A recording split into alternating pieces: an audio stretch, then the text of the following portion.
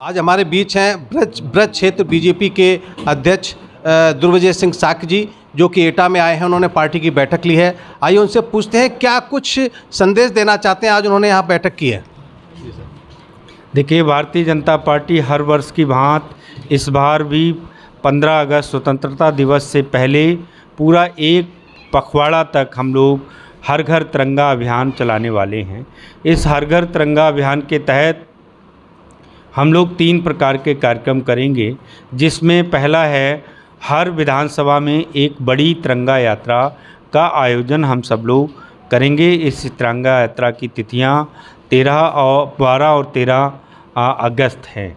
इसके साथ ही साथ दूसरे जो काम हैं उसमें हम लोग इस पखवाड़े के तहत हम लोग स्वच्छता अभियान चलाएंगे।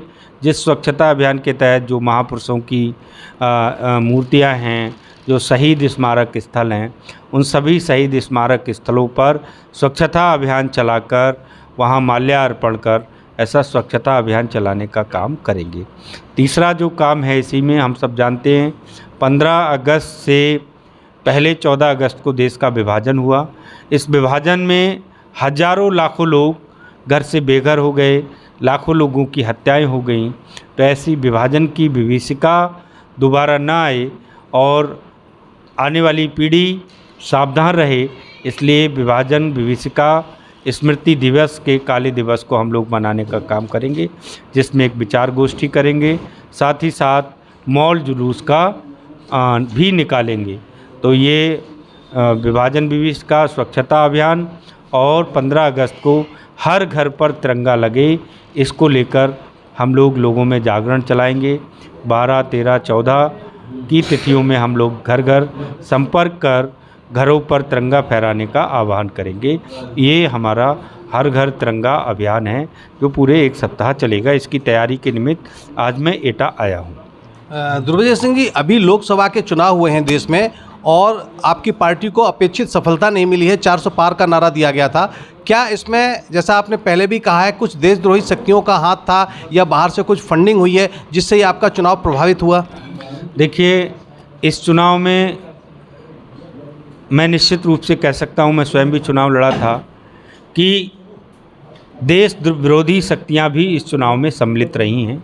उसकी जांच सरकार ज़रूर कराएगी और मुझे लग रहा कराना चाहिए।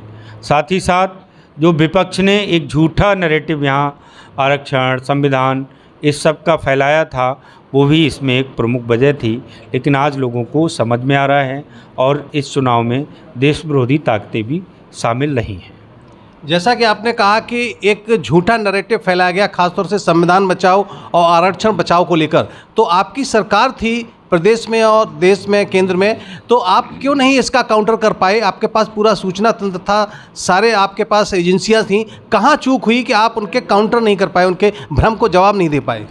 देखिए, ऐसा नहीं है जवाब नहीं दे पाए, कोई भ्रम बहुत सुनियोजित ढंग से उन्होंने इस बात को फैलाया है। और जो खटाखट ये था, खटाखट के फार्म भरवाए गए, 8,500 का फार्म, उन्होंने बहुत साइलेंटली, वो कौन लोग थे मैं देख रहा हूँ कि ज़्यादा जानकारी में नहीं आ पाए, चुपके वो सब एंटी नेशनल जो एक्टिविटी करने वाले लोग थे, वही चुपचाप घरों में आए और आकर उन्होंने फार्म भरवाए, इस तरह का झूठ फैलाया, जिस कारण से लोगों के मन में भ्रम उत्पन्न। ये तो आप बहुत बड़ी बात बोल रहे हैं कि ऐसे एंटी नेशनलिस्ट लोग थे जिन्होंने खटाखट के नाम पर, ऐसी अन्य योजनाओं के नाम पर झूठे फार्म भरवाए, बरगलाया और झूठी योजनाओं का लालच देकर एक तरह से पब्लिक नैरेटिव डेवलप किया। तो क्या इसके खिलाफ जांच कर कार्रवाई भी होगी, क्योंकि ये बहुत बड़ी बात है?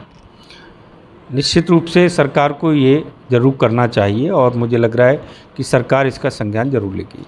पार्टी दुर्विजय सिंह जी, आप ब्रज क्षेत्र बीजेपी के अध्यक्ष हैं, आपने खुद चुनाव लड़ा था। इस पूरे ब्रज क्षेत्र में बड़ा लॉस झेलना पड़ा है बीजेपी को, तो क्या खामी रह गई कि उसके नेतृत्वकर्ता आप ही थे और आपके ऊपर इसकी बागडोर थी? कहाँ कमी रहेगी? क्या भितरगात था जैसा कि सामने आ रहा है, या पार्टी के अंदरूनी खींचातान थी, या एंटी इनकम्बेंसी था, या जैसा आप कहा कि देशद्रोही ताकतें शामिल थीं?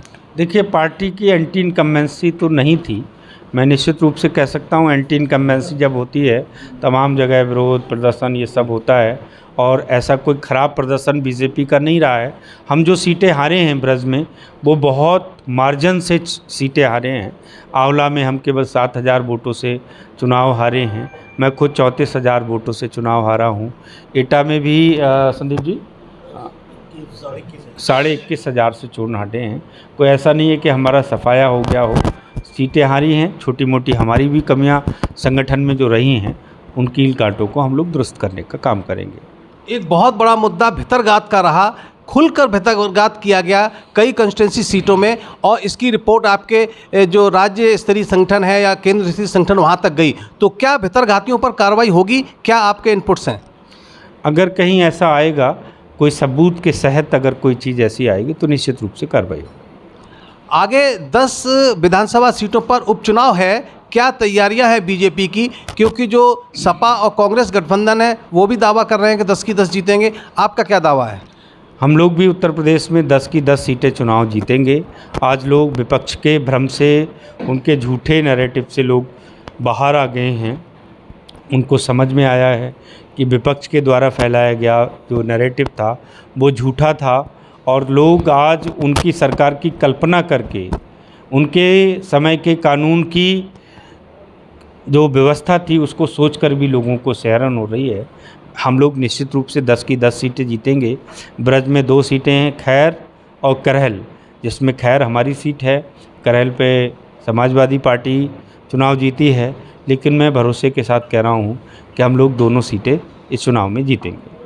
तो ये थे हमारे बीच ब्रज क्षेत्र बीजेपी के अध्यक्ष दुर्विजय सिंह साक्य जी, जिन्होंने साफ कहा कि जो पार्टी की हार हुई है उसमें समीक्षा हो रही है, उसमें अगर सबूत के साथ कुछ तथ्य आएंगे तो जो भितरघात थे उसके भितरघातियों पर कार्रवाई।